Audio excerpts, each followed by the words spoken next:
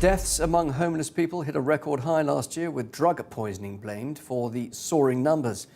726 people died on the streets of England and Wales last year. That's nearly 2 deaths every day.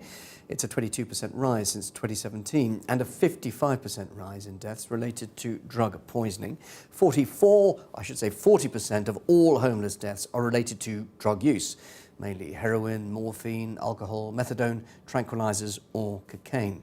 And despite most of the Conservatives in Manchester for party conference, it didn't stop a clash in the Commons. Today's statistics have provided us all with a stark reminder that there is so much more to be done. Every death on our streets is one too many, and this government will work tirelessly to ensure that lives are not needlessly cut short. The fact that 726 mothers, fathers, siblings, all somebody's loved one, died whilst homeless in 2018 will concern not just every member of this House, but everybody up and down our country. This shames us all in a nation as decent and well off as Britain today. Every one, in shop doorway, in bedsit, on park bench, has been known and loved as someone's son or daughter, friend or colleague. And we've heard from the new Minister today, Mr. Speaker, but this demands a response from the Prime Minister himself tomorrow in his party conference speech. This demands that he leads a new national mission to end rough sleeping and this rising level of homeless deaths. The head of health analysis at the Office for National Statistics says that drug use is a key driver of the increase in deaths. London and the North West saw the largest death tolls, making up for a third between the two of them. But the government defended its record.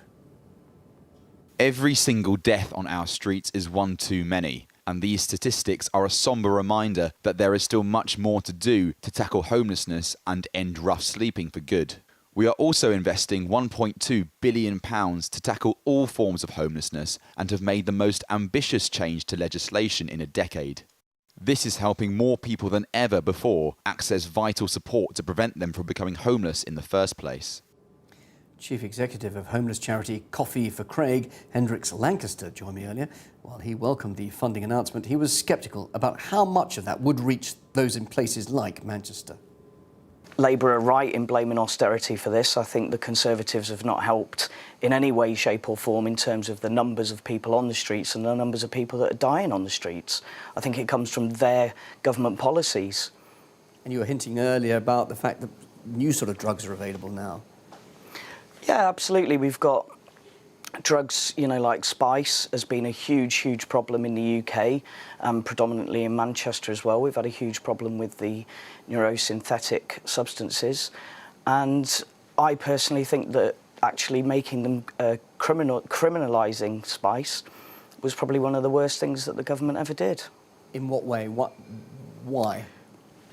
Because we've seen use go up, we've seen the effects of it increase, and we've now seen illegal farms manufacturing these chemicals, and nobody knows what's in them anymore. You talked about political willpower there. Of course, we've seen money now being thrown at the problem, £1.2 billion in funding.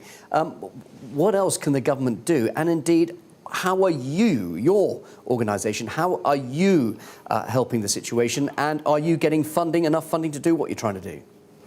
I don't think we would ever get enough funding, because whenever we feel that we've tackled one problem, another problem arises.